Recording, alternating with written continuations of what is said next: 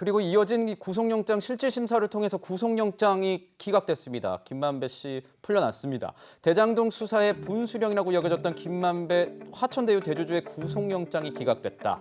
검찰 수사에 차질이 불가피해 보인다 이런 얘기가 나오고 있습니다. 어제 법원에서 나온 내용을 보면은 범죄 혐의가 소명이 제대로 안 됐다. 소명이라는 게 이제 법관으로 하여금 이게 진실이라고 믿게 하게끔 하는 이런 어떤 표현인데 제대로 설명이 안 됐다는 것 아니겠습니까? 검찰의 입장이 어떻게 보십니까, 이재명 기자?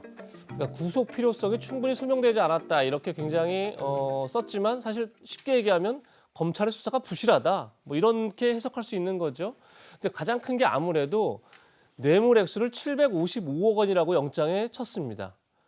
뭐 우리가 얘기했지만 개인 뇌물 공여액으로는 단군 이래 최대 금액이다 이렇게 이제 표현됐던 거죠. 네. 근데 그 55억 원을 제대로 규명하지 못했다 이렇게 보는 게 좀 맞을 것 같습니다. 가장 중요한 게 일단 유동규 씨가 구속됐죠. 근데 유동규 씨가 배임 혐의와 함께 뇌물 수수 혐의가 적용됐습니다. 5억 원을 받았다. 5억 원을 준 사람이 김만배 씨입니다. 그러니까 받은 사람이 구속됐는데 준 사람이 지금 영장이 기각됐는데 그 이유가 김만배 씨가 5억 원을 주면서 검찰은 처음에는 현금 1억 원, 수표 4억 원을 줬다 이렇게 지금 기술했다는 거죠. 그런데 나중에 다시 검찰이 그것을 그냥 현금 5억 원을 바꿨다는 겁니다. 생각해 보면 수표가 만약에 4억 원 있었다면 수표는 늘 추적이 가능하죠. 근데 추적도 안 해보고 수표 4억 원을 기록했다가 그게 아니다, 현금이다라고 고쳤다는 것 자체가 굉장히 처음부터 뭔가 수사가 좀 부실했다게 보이는 거고 또 5억 제한 이제 50억은 곽상도 의원 아들에게 준 퇴직금 50억 원을 뇌물로 본 건데 사실 그 이제 곽상도 의원을 보고 50억을 줬다 이렇게 이제 검찰은 봤다는 거죠. 그런데 사실 곽상도 의원에 대해서는 조사도 이루어지지 않았죠.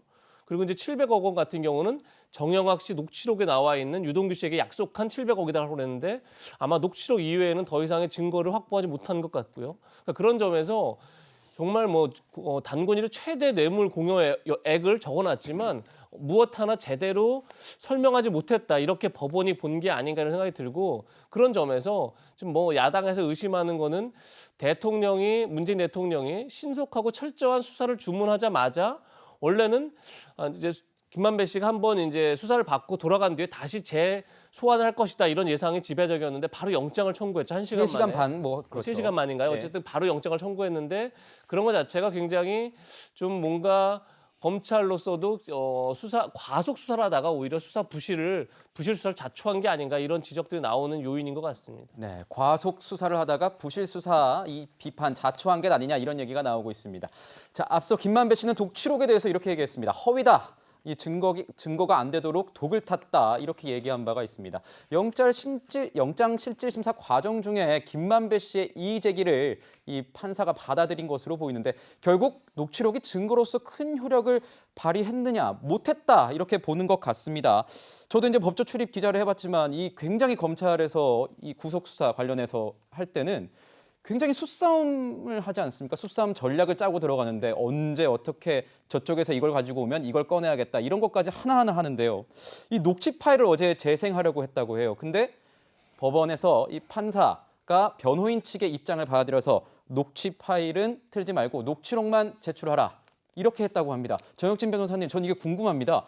녹취 파일을 실제 트는 것과 녹취록과는 분명한 어떤 차이가 있는 겁니까? 큰 차이는 없죠. 왜냐하면은 녹취록이라고 하는 것은 결국은 녹취 파일을 문서화한 거 아니겠습니까? 내용은 똑같은데 차이가 있다라고 하면은 사람이 이제 글로 보는 거 하고 지금 여기서 이야기하는 거 하고 톤이나 이런 강조하는 거나 그런 정도 차이는 있을지 몰라도 그 내용은 동일한 것이기 때문에 그렇기 때문에 일단은 녹취록 정도는 아마 변호인 측에서 증거 동의를 갖다가 해준 것 같은데 녹취 파일은 증거를 못 쓰겠다라고 한 것 자체가 조금 전에 이재명 기자가 이야기한 것처럼 검찰의 수사가 이거는 게으를 뿐만 아니라 너무 부실하다. 왜냐하면 단적으로 뭐냐면 중요한 건 돈이지 않겠습니까? 돈 흐름을 보라고 항상 김만배가 이야기를 했었어요. 네. 그런데 검찰에서는 어떻게 했느냐? 영장에는 분명히 5억을 갔는데 5억이 1억은 현금이고 4억이 수표다. 그러면 그냥 법조인이 아닌 어떤 사람이라고 하더라도 수표다 그러면 그 수표 추적해가지고 그 수표가 누구에 의해서 발행이 되고 누구에게 전달됐는지 확인해야 되겠네. 그걸 안 했다는 거잖아요.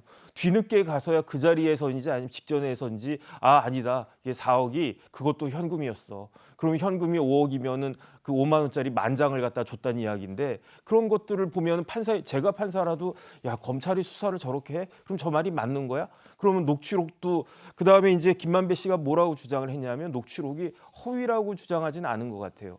편집됐다라고 주장을 한 것 같아요. 여러 가지 말이 있고 뭐 그런데 그다음에 녹취록 파일도 여러 개가 있지 않습니까? 그중에 자기한테 불리한 건 쏙 빼고 자기한테 유리한 것만 이렇게 했기 때문에 편집됐다. 그렇기 때문에 증거 능력이 없다라고 변호인들은 주장을 하는 건데 증거 능력이 없다는 것은 무슨 말이냐면요. 녹취록의 진정성이 의심이 간다. 그런데 형사 재판은 민사 재판하고 틀려가지고 민사 재판이야 뭐 돈 잃고 말고 그 정도이지만 형사 재판은 쉽게 말하면 이게 인정이 되면 김만배 씨는 무기징역까지도 가능한 그런 범죄이거든요. 그렇죠. 인신 구속이 되는 거죠. 그렇기 네. 때문에 이 증거를 굉장히 엄격하게 봐야 되는데 그럼에도 불구하고 검찰이 지금 내세운 증거들이 너무나 그 부실하다. 그렇게 해서 이게 기각이 된 것 같고 한 달 이게 문제가 된지 이제 경기도의 어떤 신문에서 문제가 된지 벌써 한 달이 넘어간 걸로 제가 알고 있는데 그 한 달 동안 뭘 했는지 더군다나 그 안에서 협조하는 사람이 있었는데도 또 뭘 했는지 참 제가 봤을 때 의문이 가고 진짜로 특검을 부르는 수사를 검찰이 하고 있는 것이 아닌가 싶습니다. 네, 법조계 인사로서 검찰 수사에 좀 미진한 부분이 있었다 이런 의견을 주셨습니다. 이번 구속영장 기각으로 검찰의 무리한 수사가 도마에 오른 것은 맞습니다. 이 녹취록 외에 그리고 또 진술 외에 그렇다 할 증거를 확보를 못해서 무리하게 영장 청구를 했다는 것이죠. 이 검찰 수사가 지지부진하다 연일 맹공을 퍼붓는 윤석열 전 검찰총장 측의 입장을 좀 들어보고 싶습니다. 이번 검찰의 영장 청구와 또 기각 이 일련의 과정들 어떻게 평가하십니까? 검찰의 수사가 진실을 밝히려는 수사가 아니라 진실을 덮으려는 수사 아니냐 이렇게 볼 수밖에 없을 것 같습니다. 앞서 이제 대통령의 수사 지시를 언급한 바가 있는데요.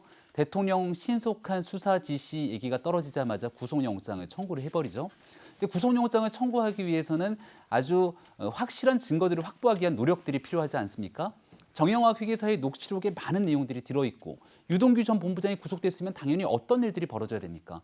핵심적인 공간인 성남시에 대한 강제 수사가 이루어져야 되는 게 기본 중에 기본 아닙니까?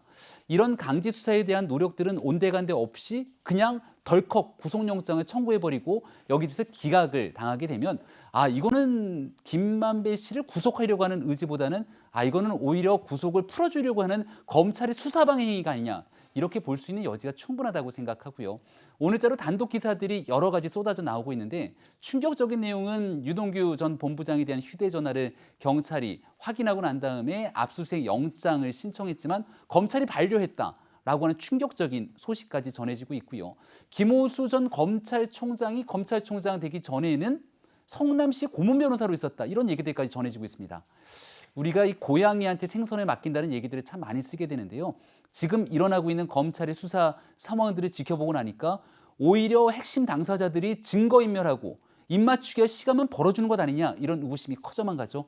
특검 신속하게 여야가 합의해서 사건의 진실을 규명해야 될 이유들이 하나둘씩 늘어가고 있습니다. 네, 휴대전화 이 이 압수수색 영장 관련해서는 이 조간 보도도 어떤 이런 전원들을 통해서 분위기를 취재한 걸로 이제 돼 있기 때문에 저희가 확인은 되지 않았기 때문에 시청자 여러분들께서도 참고하시면 좋을 것 같고요.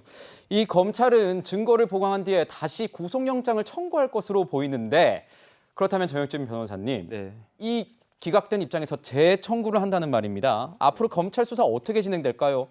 이게 이제 녹취록에만 의존해가지고 구속영장을 청구한 것인데 녹취록은 말이 뭐냐면은 말이거든요. 말을 받아 적은 게 녹취록 아니겠습니까? 그렇기 때문에 그 뭐든지 말만으로는 부족하고 그 말을 뒷받침하는 객관적인 증거가 필요하단 말이에요. 그런데 지금까지 한 달 동안에 검찰에서는 이렇게 객관적인 증거, 녹취록을 뒷받침하는 객관적인 증거를 찾으려고 하는 노력을 거의 하지 않았다라고 저는 판단이 되는데 어떤 노력이냐? 조금 전에 김병민 대변인이 말씀하신 것처럼 당장 성남시청부터 압수수색을 해야 되는데 한 달 동안 뭐 했는지 성남시청만 제대로 압수수색을 했어도 과연 그 녹취록이 맞는지 틀리는지 만약에 이제 성남시청을 압수수색하고 여러 가지 열심히 그 노력을 했는데 녹취록이 그야말로 김만배 씨가 주장하는 것과 같이 장난이었고 뭐 별거 아니었다.